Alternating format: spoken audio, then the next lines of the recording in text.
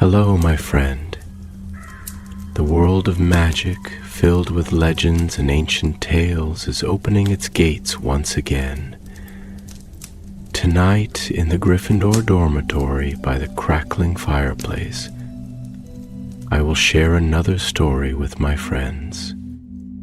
Join us, for the magic is about to come alive.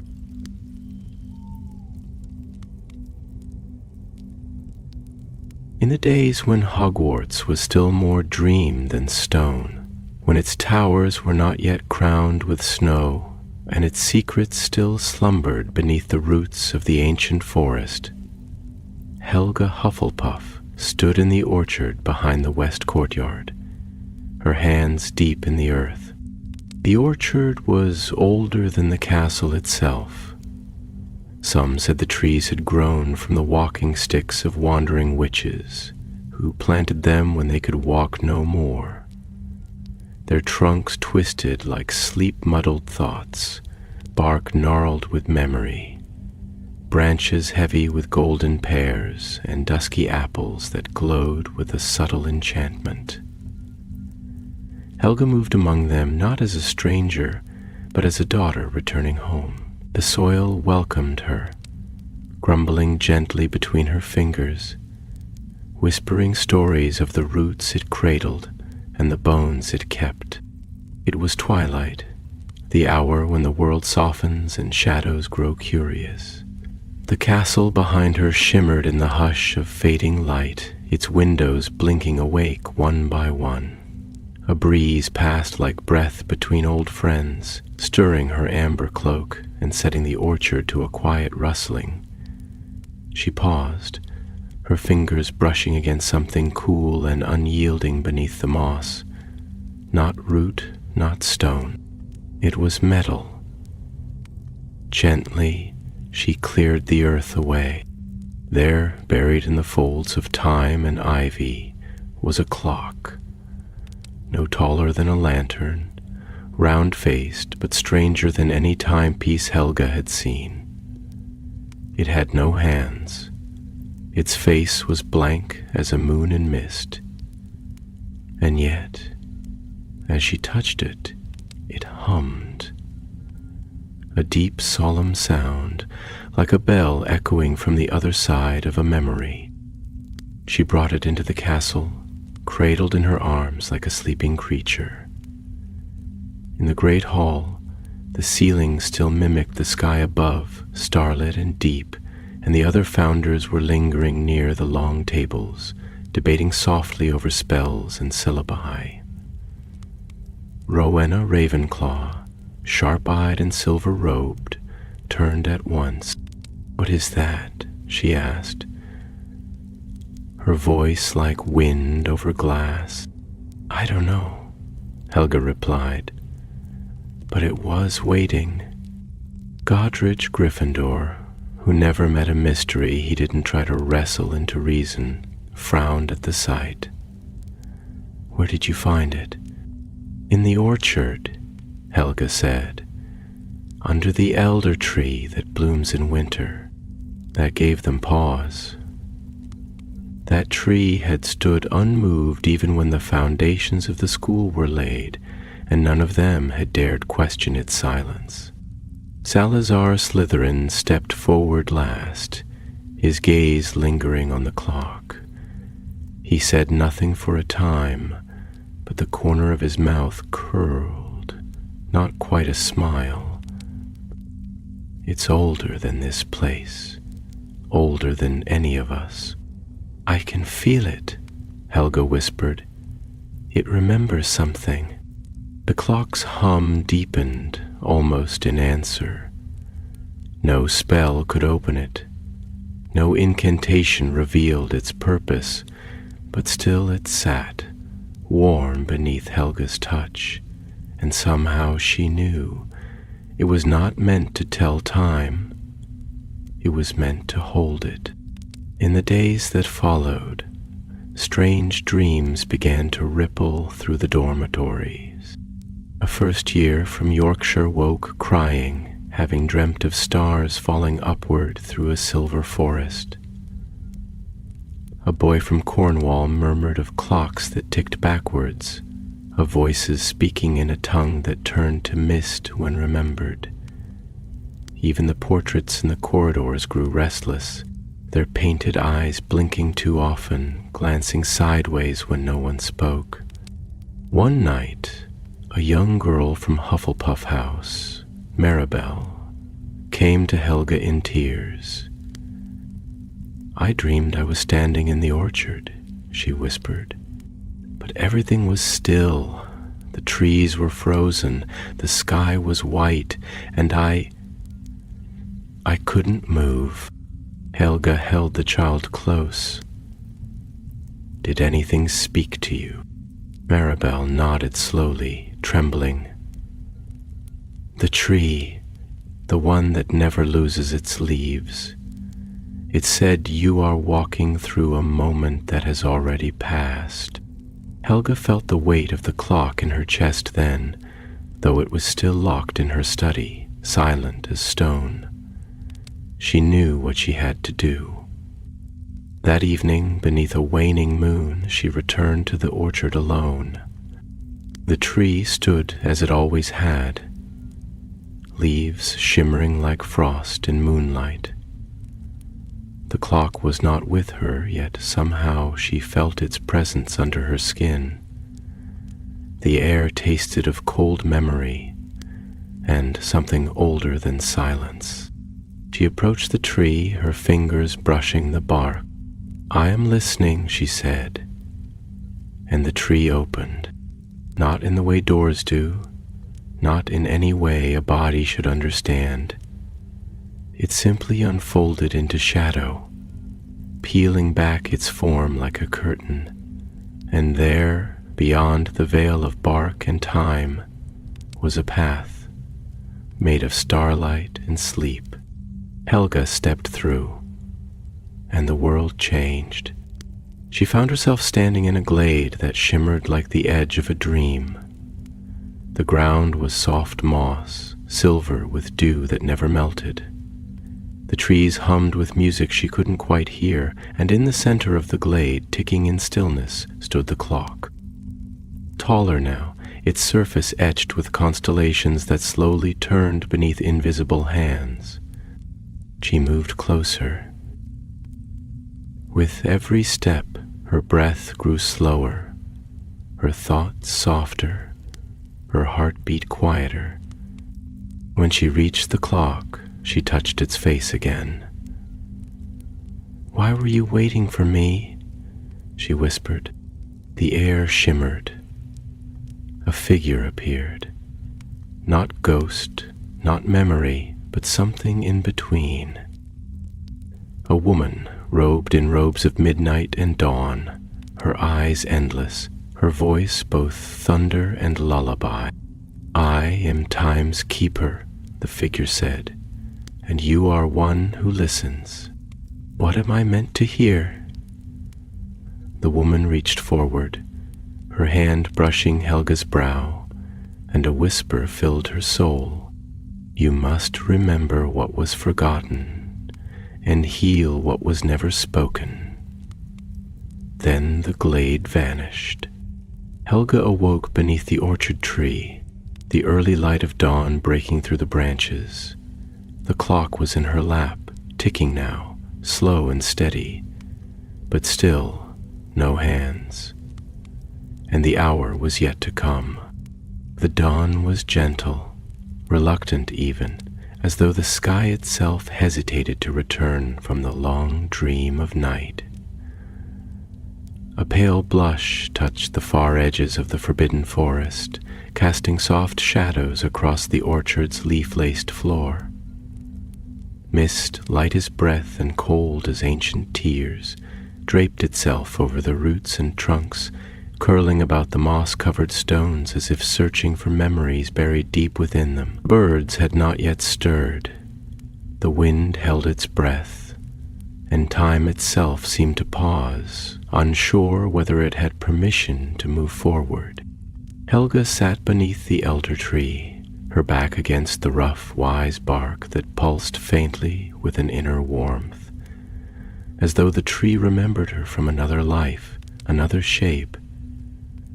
The enchanted clock lay in her lap, cool to the touch and silent once more, though she could still feel the lingering hum beneath her skin, like the echo of a lullaby once heard in the womb. Its weight was more than physical. It pressed on her spirit, like the burden of an unfinished thought or a truth glimpsed and then swallowed by the night. She did not rise immediately. Instead, she sat, allowing herself to simply breathe. Each breath came with a thought, and each thought unfurled into something larger. Questions, doubts, memories, feelings without names. She was not afraid, though fear danced at the edges of her awareness like shadows behind torchlight. What she felt most keenly was a sense of being watched, not by eyes, but by time itself, as though the very fabric of the moment were aware of her presence and uncertain how to receive it. When she finally stood, her limbs slow with the softness of early morning, the mist parted before her as though unwilling to touch her directly. The orchard seemed altered, not changed precisely, but deepened, like a song that had revealed a new verse only she could hear. The trees stood silent, not in sleep, but in vigil. Dew clung to the leaves like tears unshed, and the earth beneath her feet felt tender, almost bruised. As she made her way back to the castle, she did not walk quickly. Her steps were thoughtful, as though she were listening to the path itself, attending to the way the stones pressed against the soles of her boots, or how the wind seemed to pause each time she passed beneath a branch. The world was breathing with her in rhythm, like an old friend walking at her side. Within the walls of Hogwarts, the atmosphere had shifted in ways too subtle for most to notice. But to Helga, who had always paid attention to the quiet things, it was as clear as a bell in fog. The very stones of the castle seemed to listen more intently now.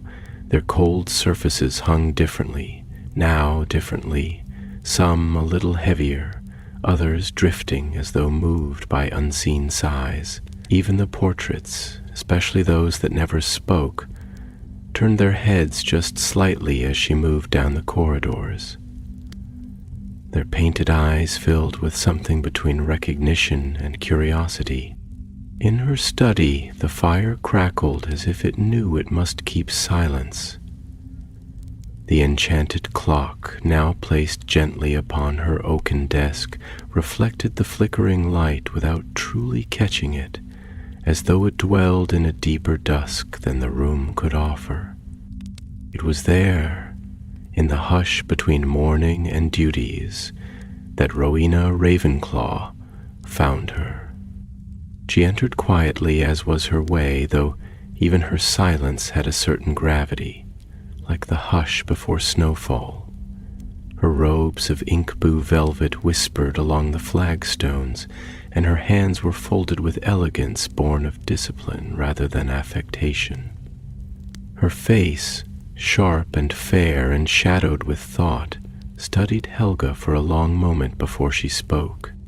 "You've brought something back with you," Rowena said, her voice rich and slow, like a stream speaking softly to itself. Helga nodded but did not turn. "It brought itself.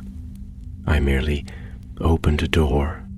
Rowena stepped closer, her gaze flicking to the clock. She said nothing for a time, and Helga allowed the silence to stretch, not as a barrier, but as a space for things to bloom.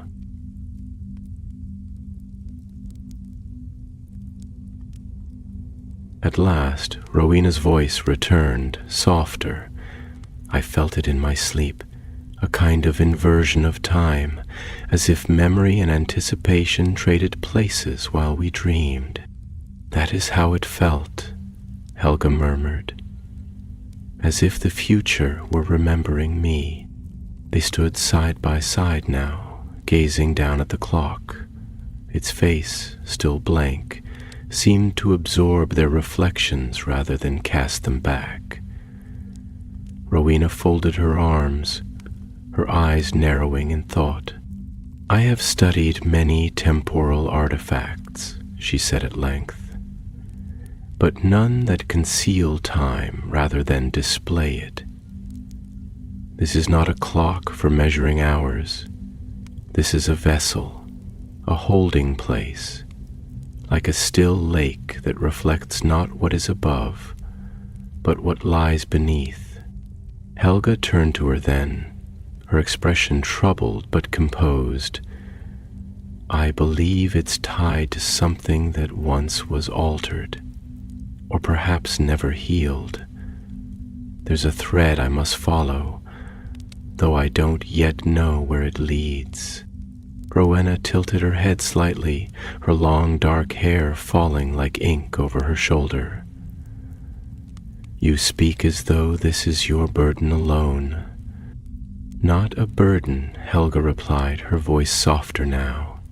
"A calling, the kind that doesn't shout but waits, the kind that grows louder when ignored."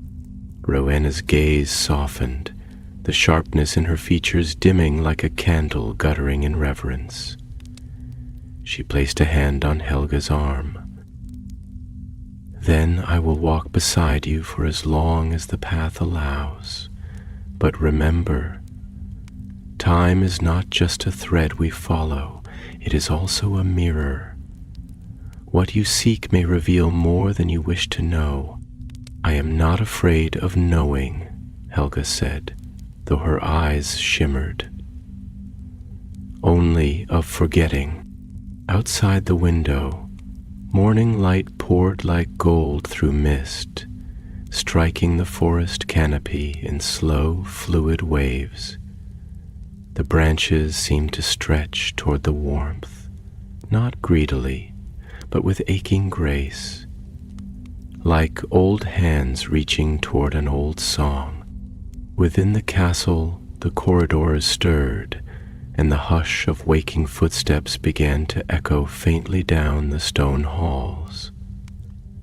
But in that high chamber, where two women stood side by side, time still held its breath, and the enchanted clock ticked once, softly, like a heartbeat at the edge of sleep.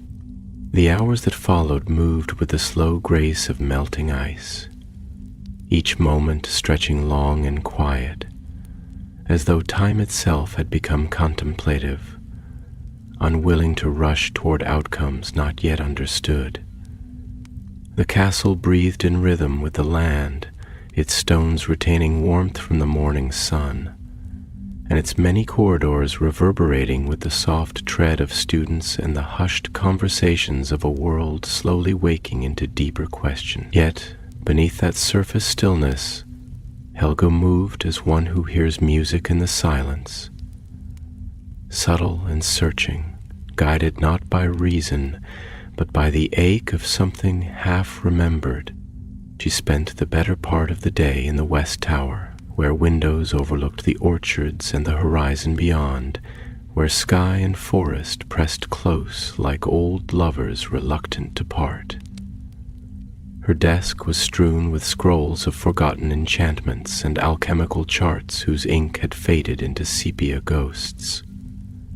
In one hand she held a quill, not for writing but for the comfort of holding something familiar, something that belonged to this time and this body. Her other hand rested on the enchanted clock, its metal casing cool, yet pulsing faintly like a creature dreaming beneath her touch. She was not alone long. A knock at the door came, not abrupt, not hesitant, but measured, as though the knocker understood that some doors must be asked, not forced. When it opened, it was not Rowena nor Godric, but Salazar who entered, his robes deep green with faint tracings of silver thread that shimmered only when caught by angled light. His presence was like a shadow that had chosen to become solid, elegant, composed, and quiet in the way of things that are watching more than they say. "You've brought something into the heart of the castle," he said without preamble, his eyes fixed not on Helga, but on the clock. "And it has changed the tempo of the walls." Helga looked up slowly, meeting his gaze not with challenge, but with the calm weight of someone who had spent years learning to listen before speaking. "I didn't bring it here," she said. "I answered it. There's a difference." Salazar stepped closer, his long fingers trailing along the edge of her desk, pausing near the clock but never quite touching it. He was always cautious with ancient magic, out of respect, not fear. That's the trouble with time," he murmured. "It's not a river, not really. It's more like a garden left untended. Some paths overgrow, others wither, and sometimes something buried years ago begins to bloom without warning." Helga leaned back slightly, her fingers brushing the rim of the clock. "Do you believe it was buried?" she asked, her voice low, as if sharing a secret with the wood and stone around them. "Or merely waiting in plain sight for someone to look at it with eyes that remembered?" He was silent for a long moment, his gaze drifting to the wide window and the trees swaying softly beyond. "I believe time has memory," he said at last, "and it does not forget those who wound it." She looked at him then, more deeply. "You speak as though from experience." He smiled, thin and tired. "Don't we all?" The fire cracked softly in the hearth, casting slow shadows across the bookshelves, their spines gleaming with gold and ink. The room felt wrapped in breath, in stillness, in the awareness that truths had begun to gather like storm clouds on a warm horizon. "I wonder," Helga said, her voice distant, eyes unfocused as though watching something only she could see, "if this clock isn't just remembering something that happened, but mourning something that never did, a future that was aborted, a moment stolen, a kindness withheld."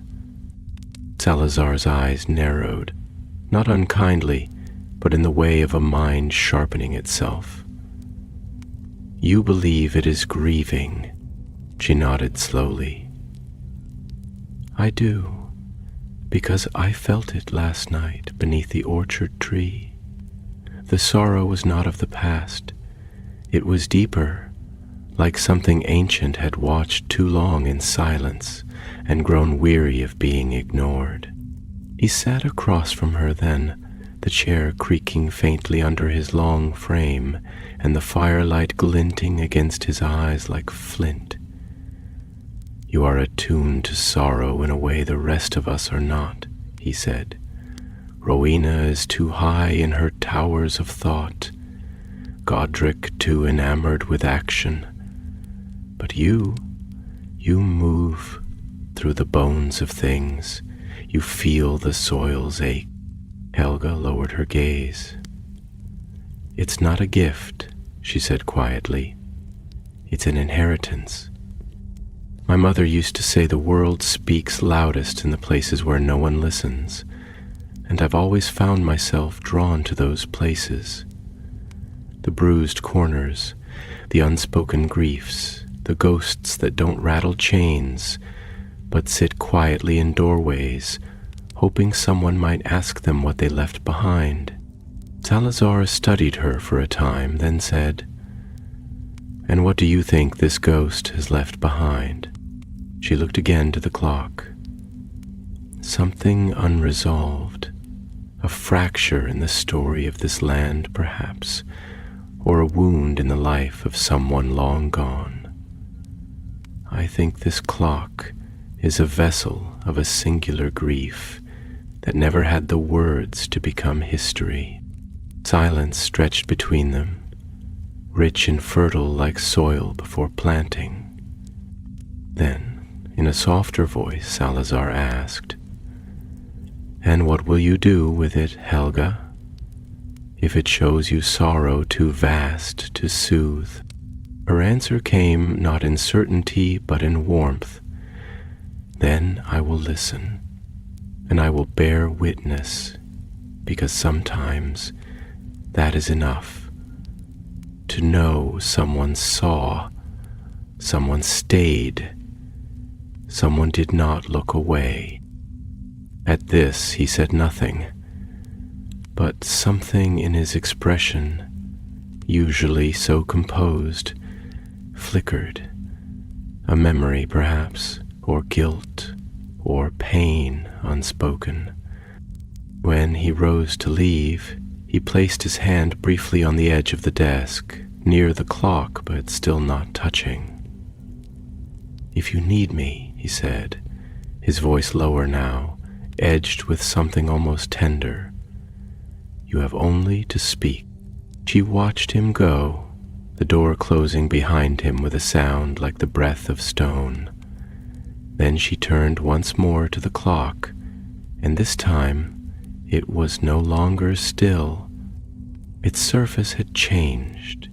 The blank face had begun to ripple faintly, as though beneath a surface of water stirred by dreams.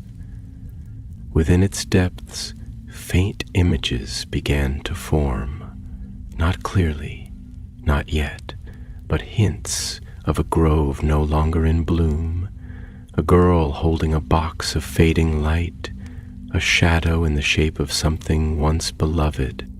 Helga pressed her fingers to the edge of the clock and whispered, not a spell, but a promise.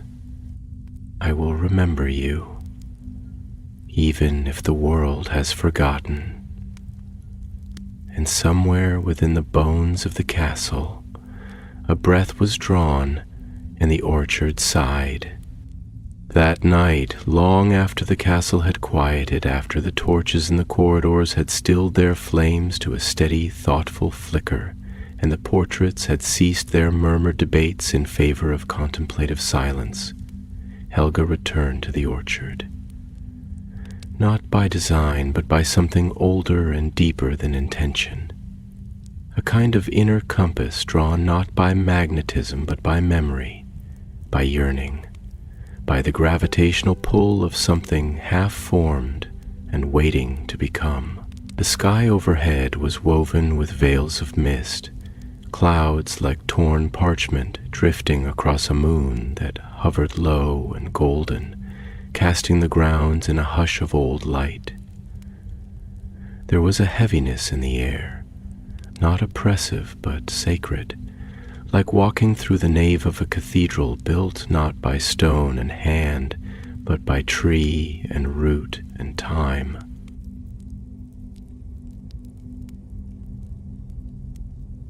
The orchard was no longer simply a place of fruit and shade. Tonight it breathed. The trunks leaned slightly toward her as she passed, not enough to be noticed by any ordinary eye, but enough that Helga felt it in her skin. The way you feel a hand reaching toward yours just before contact is made. The wind moved through the branches in a hush like whispering robes, and the ground beneath her boots was soft, not from moisture, but from memory. Soil made gentle by the footsteps of those who had walked before. She reached the elder tree, the one that bloomed in winter and whose roots held time in its teeth, and placed her hand once again on its bark. It felt warmer than it should in the chill air, and the texture beneath her palm was like the surface of old vellum, worn but still inscribed with meaning. She closed her eyes, and for a long breath she simply stood there, letting the silence unspool its hidden song. "I wonder," she whispered aloud, to the tree, to the air, to whatever invisible presence now lingered near her shoulder, if time is not a river or a garden, but a wound, not in the painful sense, but in the way a wound remembers.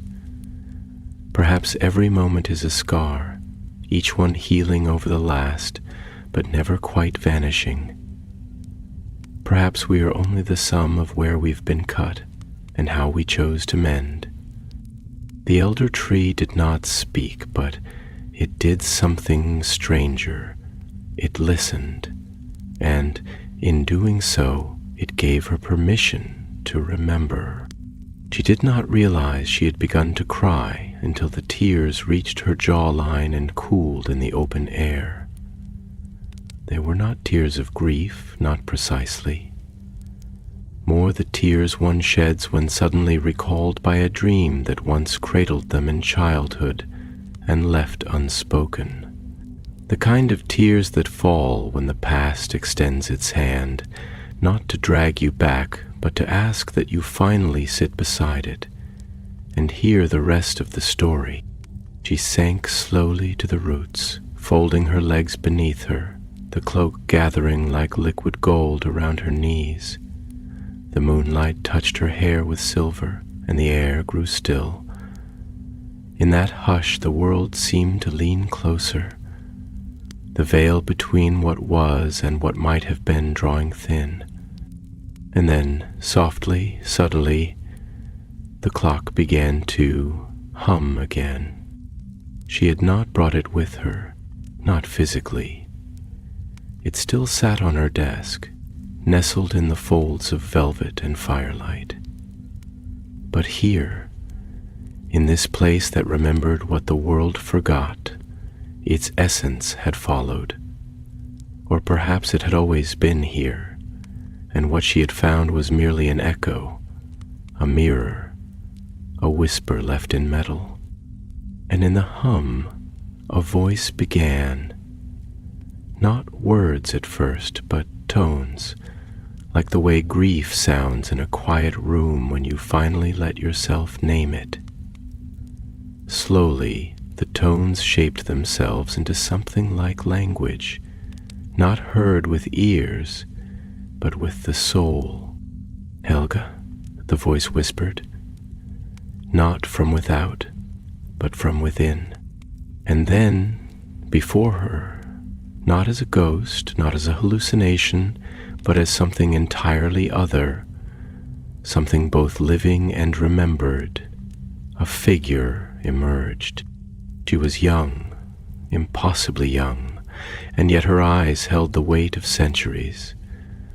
Her robes were simple, homespun, stitched at the sleeves and hem with sigils from a language older than ink. Her hair was long and woven with strands of moonlight, and her face was familiar, not because Helga knew her, but because she knew the ache she wore. "You came back," the girl said, not as accusation, not even as greeting, but as recognition. Helga rose, not startled but reverent, her breath catching on the cusp of something holy. "Did I leave?" The girl tilted her head, and the trees behind her shivered. "You all left. You built towers. You taught children to charm the stars. But you left the root behind." Helga stepped forward, her voice hushed. "What root?"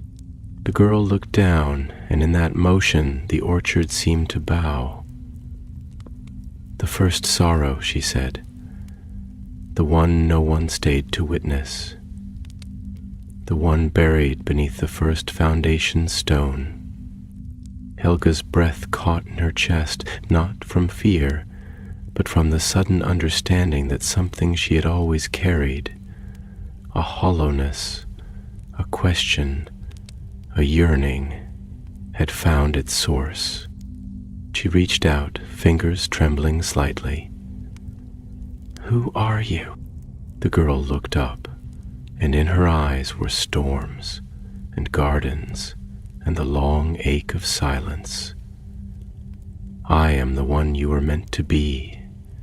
I am the path not chosen, the kindness withheld, the apology never spoken. I am the version of you who listened when the land cried. I am memory and I am mourning, and I have waited." Helga's hand dropped to her side, her voice barely a breath. "What do you want of me?" "To remember," the girl said, her voice like the hush before rain. "Not with your mind, but with your whole being. To sit with the wound and not flinch. To stay when others would look away." "I will," Helga said, her voice stronger now. "I promise." The girl stepped forward and touched her brow. Cool fingers, soft as leaf, light. And then she began to fade, not vanish, but dissolve into the air like mist caught in a sunrise. And in her place, a vision bloomed in Helga's mind. A forest burned, a child crying beside a broken wand, a spell cast in desperation, a time turned backward, and a silence that followed like smoke. And then darkness, but not fear, only the weight of knowing. Helga collapsed forward, arms braced against the roots of the elder tree, her breath shaking with the force of what she now carried. Not a curse, not a duty, but a memory too long abandoned. And behind her, the orchard whispered, "Thank you." The days that followed did not pass as they had before. Time no longer felt linear within the halls of Hogwarts, nor did it obey the quiet rhythm of sunlight and shadow cast across the stones. Instead, it seemed to bend gently at the edges, curling like parchment exposed to flame, warping not with heat, but with memory. Moments stretched into contemplative silences, and silences became mirrors, showing not what was present, but what had once been. And in the deep heart of the castle, beneath arches draped in ivy and dusted with cobwebs that shimmered like constellations in forgotten corners, Helga moved as one transformed. Not entirely herself, and yet more herself than she had ever been. There was a certain solemnity in her step, not heavy, not burdened, but reverent, as though each footfall was a soft invocation, a prayer cast without words. Her eyes, once bright with constant kindness, now glimmered with something deeper. An old sadness, yes, but also clarity, the kind that only comes when one has been allowed to sit at the table with sorrow and speak to it by name. She spent hours alone, wandering corridors she had walked 1,000 times, but which now seemed altered, as if they too had awakened, drawn out of their long slumber by the clock's quiet pulse. Hallways bent more sharply than she remembered. Portraits whispered of things they had sworn never to reveal, and the very air within the stone bones of the school carried with it the scent of things long buried. Smoke, wild flowers, rain upon old ash. And on the third evening, as twilight folded the sky into a soft indigo quilt, and shadows grew long enough to reach through window panes like fingers of longing, Helga found herself in the old astronomy wing, though she did not recall having chosen to go there. It was one of the quietest places in the castle, high and wind-kissed, with tall glass arches and spiraling towers that opened like mouths to the heaven. There she found Godric.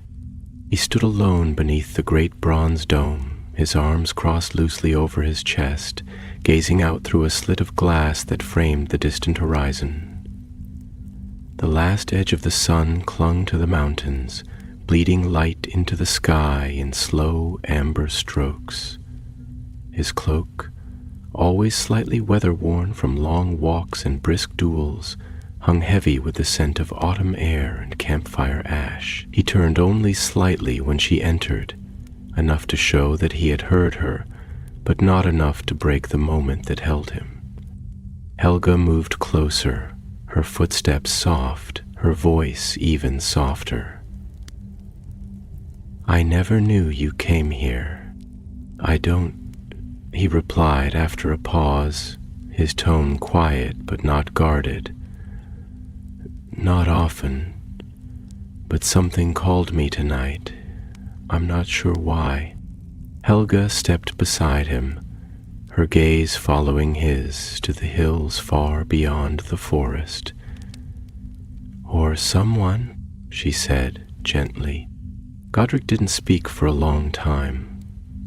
The silence between them was not uncomfortable, but rather heavy with thought, like the pause before truth chooses its shape. At last he said, "I've been thinking about what it means to build something that lasts. This place, Hogwarts, it was supposed to be a sanctuary, a place of learning, of light, and yet I wonder if, in choosing to build it from stone, we also taught it how to bury things." Helga tilted her head, thoughtful. "Stone remembers just as much as wood or water. It just speaks more slowly." He glanced at her, a faint smile touching the corner of his mouth. "You always did see more than the rest of us." She returned the smile, but it faded quickly. Her gaze grew distant again, drawn inward. "I saw something in the orchard," she began slowly, her voice threaded with wonder and grief. "Not a vision, not a dream, a memory, a fragment of something older than me, older than any of us, a sorrow so deep it changed the shape of the land." Godric's brow furrowed, and he turned toward her more fully, his arms falling to his sides. "You think something happened here? Something before us?" Helga nodded. "Yes, and I think the land has been waiting for someone to remember, or perhaps to forgive." There was a weight in her words that made the air feel denser, like rain gathering in clouds before the storm. Godric stared at her for a long time, and when he finally spoke, it was with the kind of tenderness he rarely allowed himself to show. "I've always admired your strength," he said quietly, "but I never quite understood the shape of it until now. It's not the kind that shouts or strikes or leads from the front. It's the kind that kneels beside pain and stays, that listens when others walk away." Helga looked down, her fingers brushing the cold stone of the windowsill. "It doesn't feel like strength. It feels like obligation. Like I was born with ears that can't help but hear the cries others have forgotten." Godric reached out and placed his hand gently over hers. "Then let the rest of us learn to listen too. If there is something beneath this castle that mourns, we should not turn from it. We built this place with the promise that all who enter would be seen, would be safe. If there are ghosts that linger, they are our responsibility too." She turned her hand, fingers curling softly into his. "There's more," she said, her voice barely above a breath. "The clock. It's changing. It's beginning to show things, images, memories. I don't know if they are mine or someone else's, but I feel them like echoes in my bones."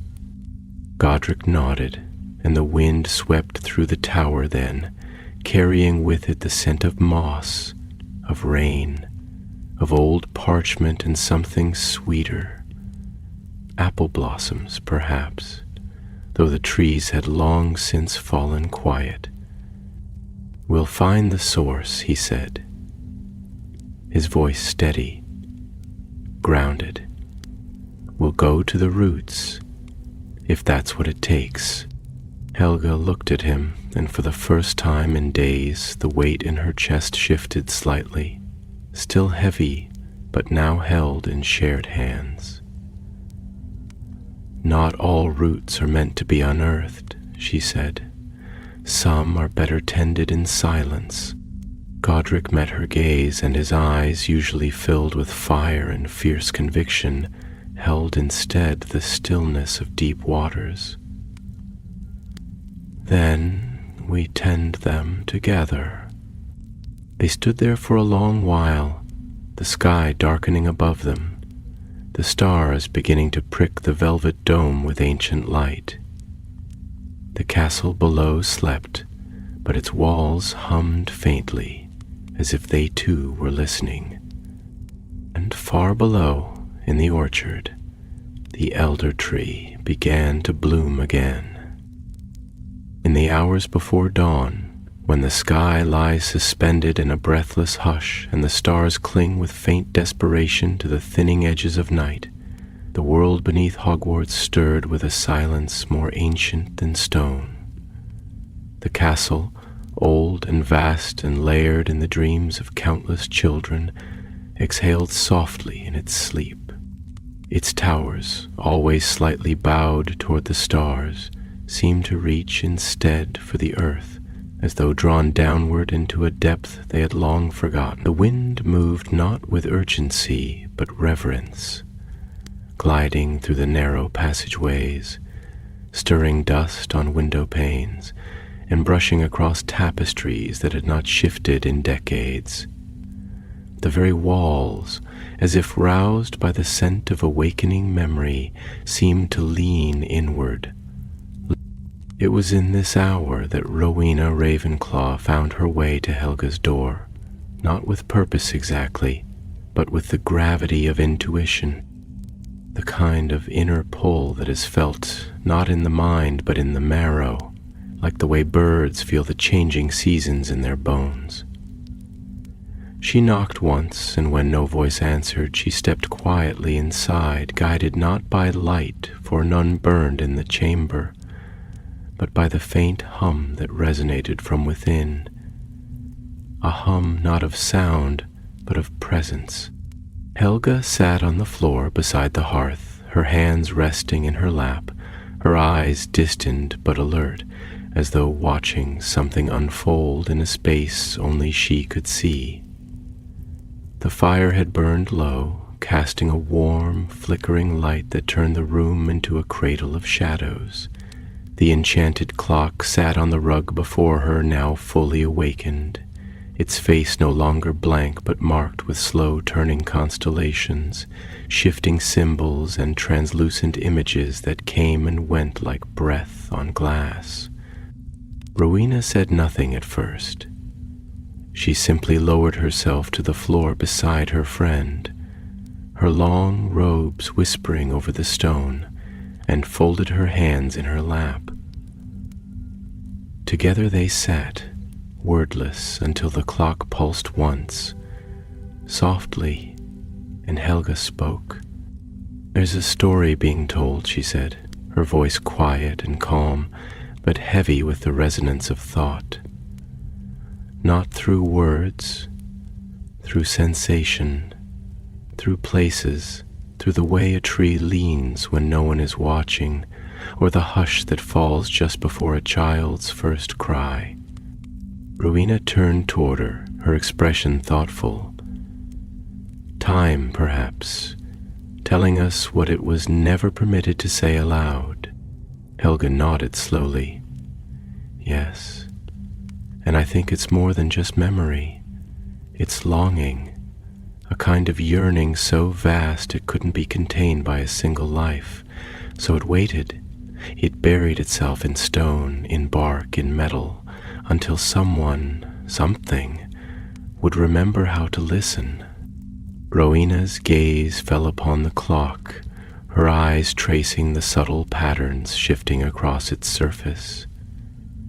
"It's beautiful," she murmured, "but there's something sorrowful in it too, like music played in a key meant for mourning."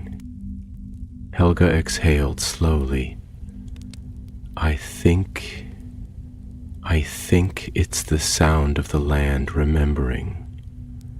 Before there was a castle, before there were houses and sorting hats and staircases that shifted, there was this place, the land, the magic beneath our feet, and something happened here, something that scarred the very fabric of the world. Rowena was silent for a time, letting that thought settle between them like dust on parchment. Her mind, ever sharp, danced along the edges of the idea, but unlike her usual tendency to dissect and understand, she allowed herself to simply feel it. "Do you believe we carry responsibility for it?" she asked eventually, her voice slow and measured. "Even if it happened long before our time?" Helga turned her face toward her friend, the firelight casting her features in a warm, amber glow. "I think responsibility isn't just about what we cause," she said. "It's also about what we inherit, what we choose to carry forward. We built this place to be a sanctuary, Rowena, but if it was built over silence, over grief that was never given a voice, then we must become that voice.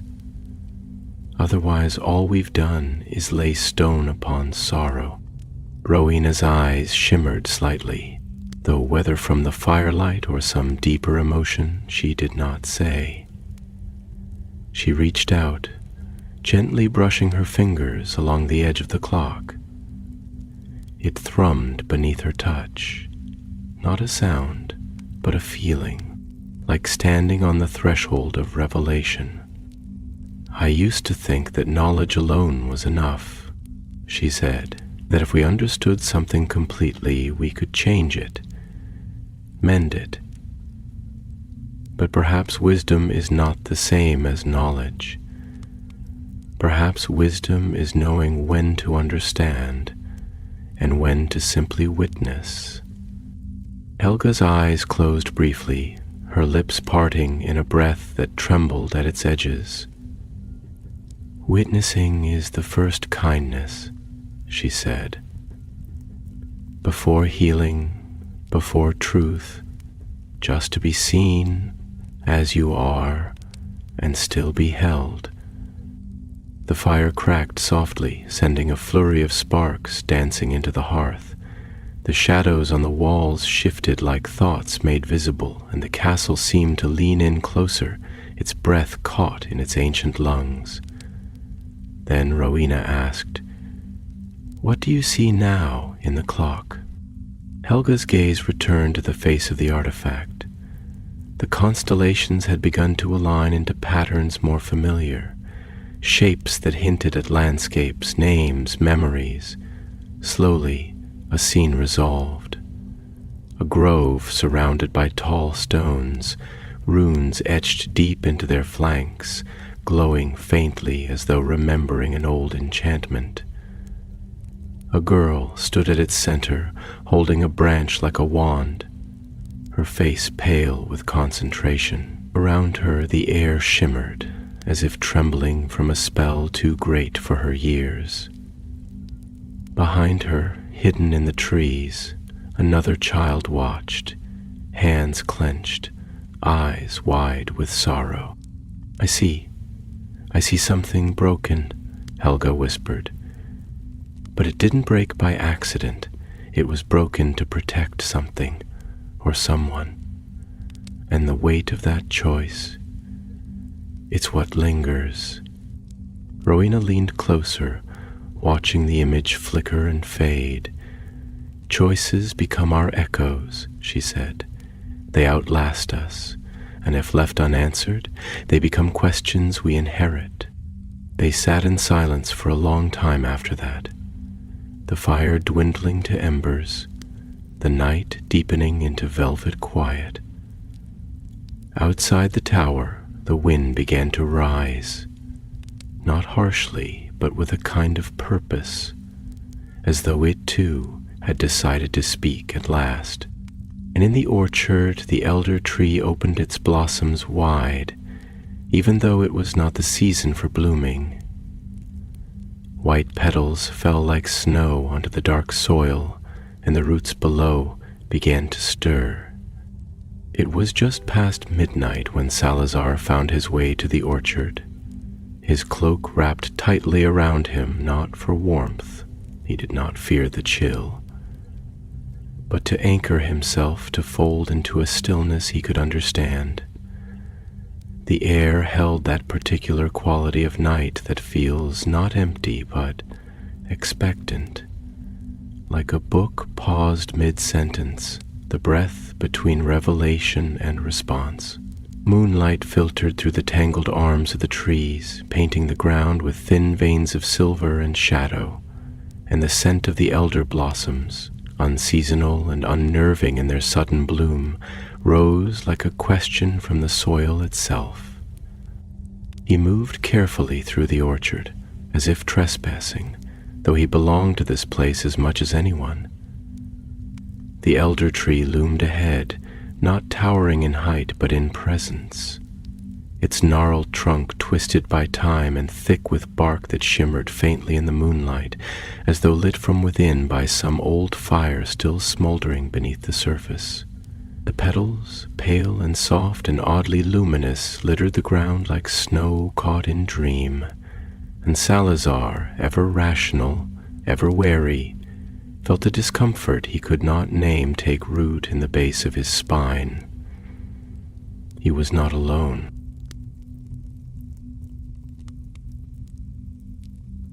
She sat there again, just as he had seen her before, just as the earth itself seemed to expect her.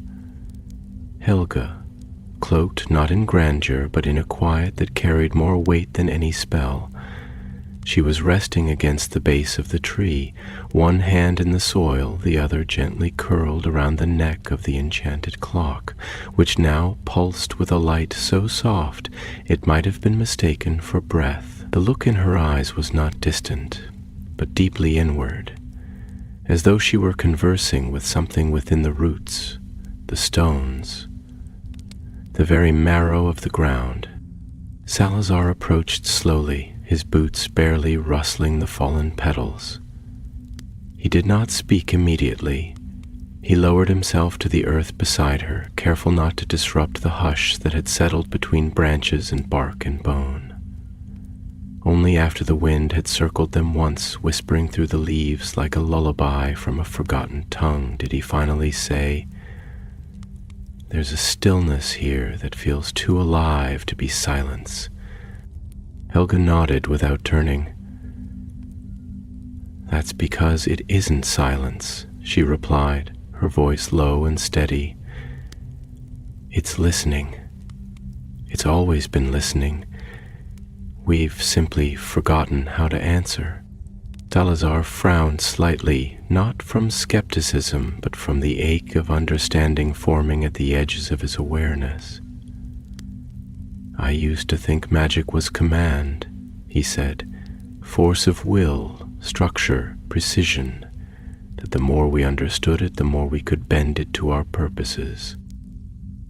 But here, in this place, it doesn't feel like something to wield. It feels like something sacred, something that speaks only in the absence of control." Helga finally looked at him, and her gaze was neither soft nor sharp, but vast. "Magic," she said, "is not only the shaping of power, it is the shaping of memory.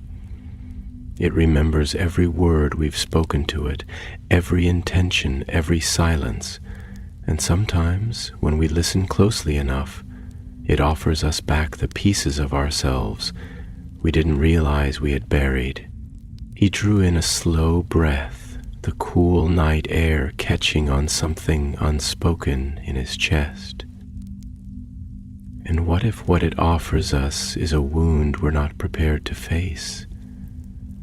What if it hands us guilt, or grief, or the echo of choices we were too afraid to make? Then," she said, "we sit with it. We let it speak, and we do not look away." There was something so devastating in the simplicity of her words, something so unbearably compassionate, that for a moment Salazar could only stare at her, his thoughts moving like mist between the shapes of all the things he had never said aloud. Finally he whispered, "I've never told you this, but you're the only one of us I've never been able to truly understand." Helga smiled faintly. "That's because I'm not trying to be understood. I'm trying to remember." Salazar tilted his head, intrigued. "Remember what?" She turned back to the clock, her fingers brushing its surface with a tenderness usually reserved for the grieving. "A story," she said, her voice softer now. "One that was lost before it could be told. A spell cast too early, a life that was rewritten by the urgency of fear. I believe this clock is its grave marker, and its key." He followed her gaze, studying the clock's luminous face, where images shifted like reflections on disturbed water. There, again, he saw the child in the grove, the shimmer of power too ancient for her years, the blur of motion behind her. Another child watching, trembling, torn between stepping forward and turning away. He felt, not understood, but felt, the weight of that moment, the unbearable stillness of a choice made in silence, the tragedy of a history rewritten in secret. "I thought I'd buried my capacity for belief," Salazar said, his voice raw now, stripped of its usual elegance. "Not faith in magic, no. I've always believed in that, but belief in wonder, in mystery, in something beyond what can be contained in a spell or a wand. And yet, sitting here with you, I feel it returning, slowly, uneasily, like a dream remembered after too many years of forgetting." Helga closed her eyes, breathing in the scent of the earth, the blossoms, the night itself. "That's all we need to do," she murmured. "Remember. And when the memory becomes too heavy, we share it." They sat in silence then, not the silence of endings, but of beginnings, of the threshold before revelation. Above them the stars wheeled slowly, uncaring and eternal, and yet tonight they seemed to hang lower, as if listening, as if leaning closer. The orchard pulsed faintly with a rhythm that was not wind nor heartbeat, but something deeper, something older, and somewhere beneath them, beneath root and soil and time, something began to stir. Not in anger, not in fear, but in recognition. The morning came not as a sudden revelation, but as a gentle unfolding, a quiet breathing into the spaces where darkness had curled, not to banish it, but to greet it, as if dawn were less a beginning and more a gesture of continuity. Light filtered slowly through the heavy boughs of the orchard, soft and diffused, not sharp enough to wake the world, but tender enough to coax it into remembering that it still existed.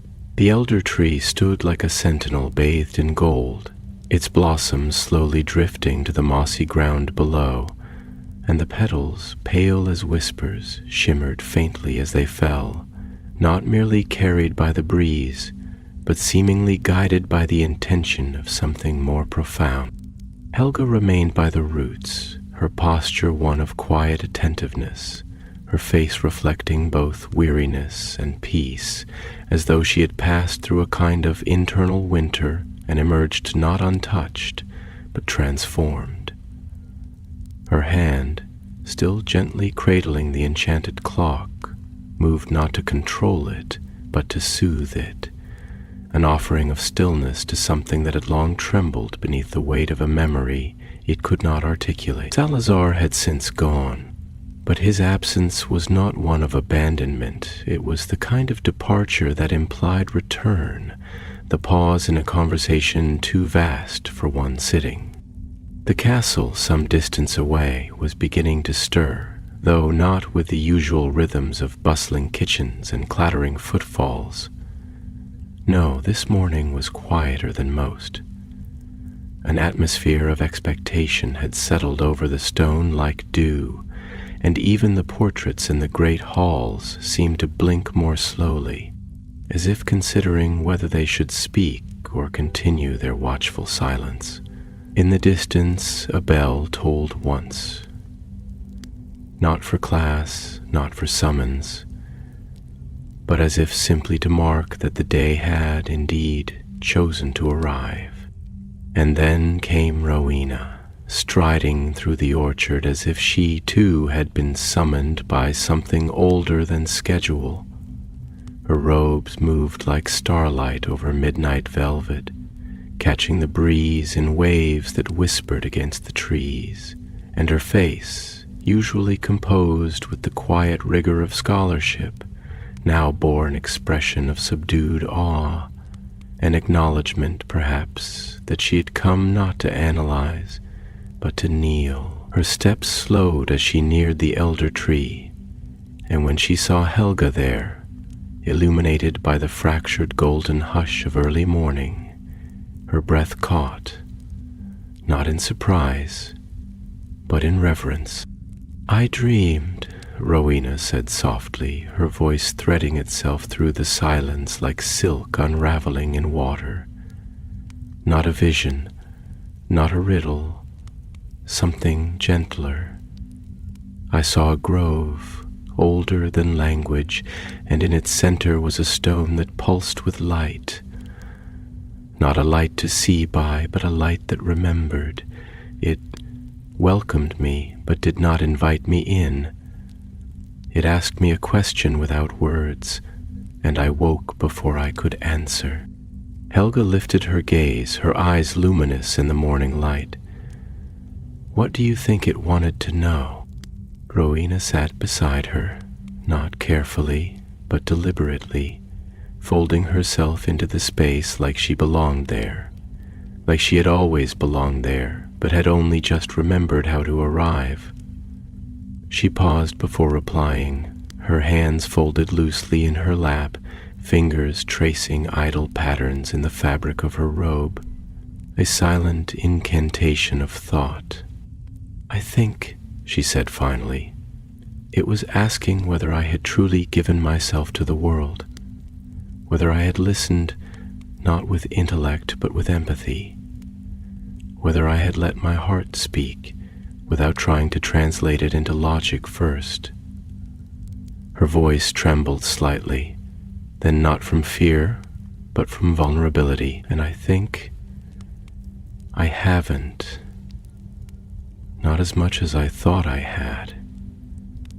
I've spent so long interpreting the structure of things, tracing the architecture of meaning, that I've forgotten how to simply be with something without needing to decipher it. Helga smiled then, a smile full of knowing and compassion, a smile that said, "I understand," without ever needing to say it aloud. "You're not alone in that," she replied. "We all carry our disciplines like armor. We forget that sometimes. Wisdom comes not from knowing, but from surrendering, from letting a thing remain mysterious and loving it anyway." Rowena turned to her, her eyes suddenly wet with unshed tears. "How do you do that?" she asked. "How do you live so open, so exposed to everything that aches? How do you walk through the world without shielding yourself from all its sorrow?"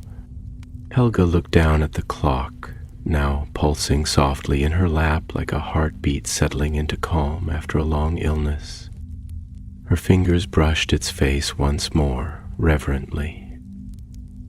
"Because I learned long ago," she said, "that to shield myself from sorrow is to also shield myself from wonder. And I cannot afford to live in a world where wonder is a stranger." For a long moment, Rowena said nothing. The breeze stirred around them, carrying with it the scent of old rain and new bloom, and the rustle of the trees overhead was like the sound of paper being turned in a sacred book. The elder tree shifted slightly, its limbs swaying as though reacting to the cadence of their words, and the shadows on the ground moved like ink dissolving in water, forming and reforming images that could not quite be named.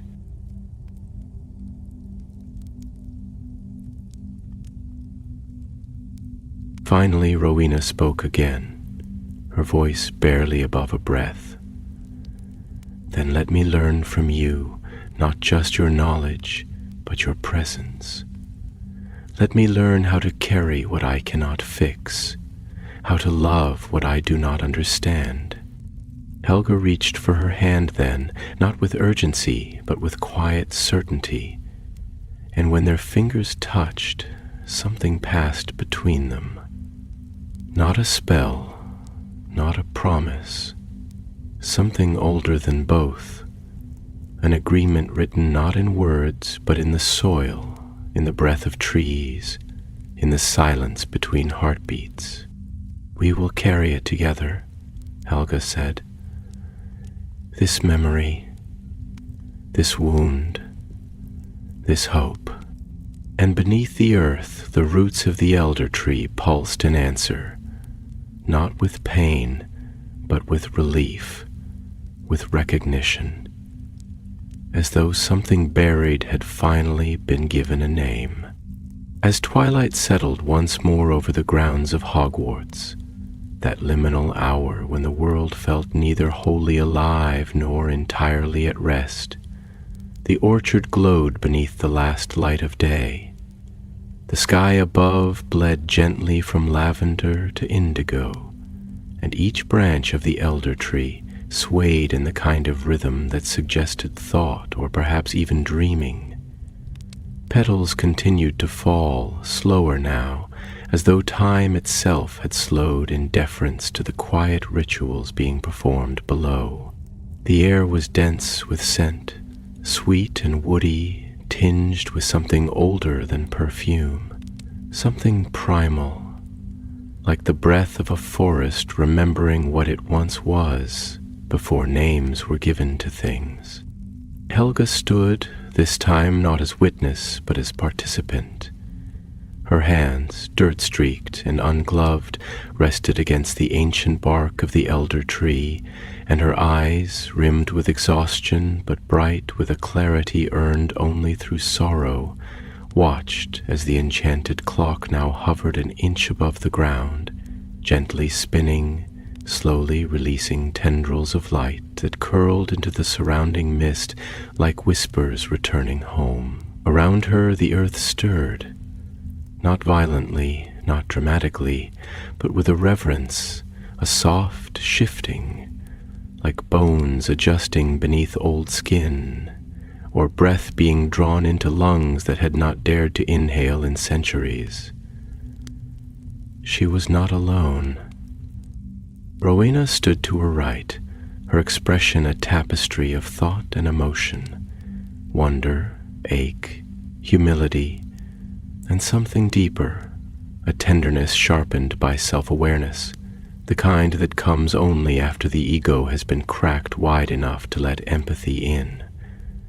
To Helga's left, Salazar returned, his green robes muted in the dusk, his shoulders no longer draped in the defiance of solitude but lowered slightly, in the posture of someone who had finally accepted the weight he could not reason away. And farther still, though not too far to feel the gravity of the moment, Godric stood in his red and gold, his ever-burning heart now softened into a quiet glow, like the last ember in a hearth that still holds warmth long after the flame has passed. They did not speak at first. They watched. The light from the clock grew stronger, not harsh, but encompassing. It bathed them in a hue that was neither silver nor gold, but something between. something that defied the usual language of magic and instead spoke directly to the soul. Within that light, images began to form, not with sharp clarity, but with the vagueness of dream. A young girl standing at the center of a stone circle, her wand raised, her eyes wide with love and fear. Another child in the trees, hands shaking, mouth parted in a silent plea. And then a fracture, time splitting, not with violence but with sorrow. A choice made, a future rewritten, a loss woven into the roots of the land. Salazar stepped forward just a pace, but it was enough. His voice, when it came, was low and deliberate, the voice of a man who has long held the habit of commanding others to listen, but who now had learned the greater power of choosing to listen himself. "I recognize her," he said, "not from memory, not from books, but from somewhere deeper, from the part of myself that forgot what it means to be afraid of your own strength." Rowena's voice followed, barely above the rustle of leaves. She loved someone. I can feel it. That's why the spell was cast, not for glory, not for power, for protection, for sacrifice. And when it failed, when the cost was higher than she imagined, she hid it. She buried it in the one place she thought no one would ever forget. "Here," Helga murmured. "She buried it here. In the land, in the trees, in the turning of time itself, hoping, perhaps, that one day someone would come not to fix it, but to forgive it."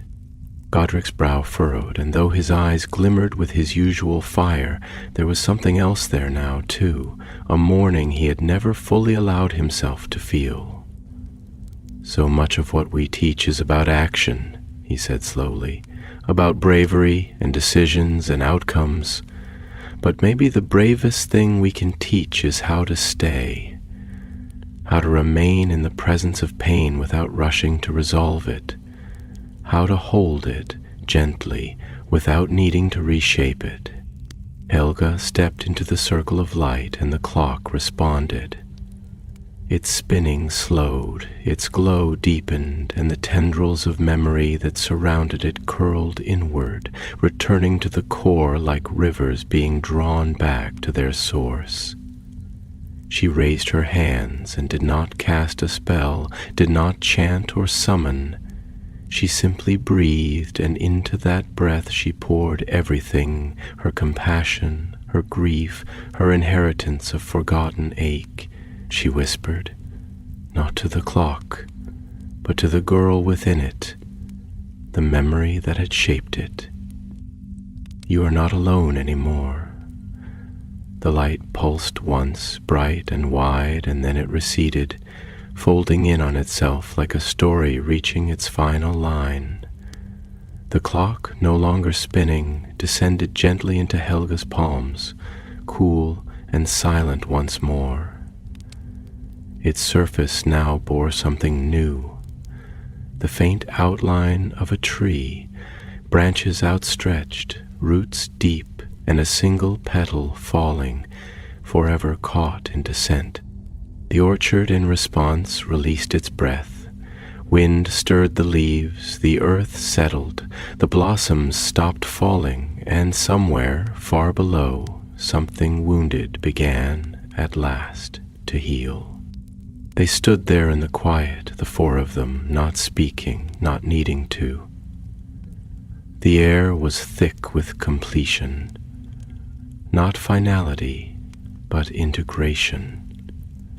They had not ended something, they had remembered it. And in remembering, they had changed nothing and everything. As they made their way back toward the castle, the moon rising high and full above them, Helga lingered one moment more, her her fingers brushing the bark of the elder tree. "I saw her," she whispered, "not just her pain, her joy too, her hope, her trust. I saw who she wanted to become, and I will carry that forward." The tree did not answer. It had already said all it needed to say, and beneath its roots time turned once more. Not forward, not back, but inward, where all stories begin, where all healing waits, where all magic, in the end, must return.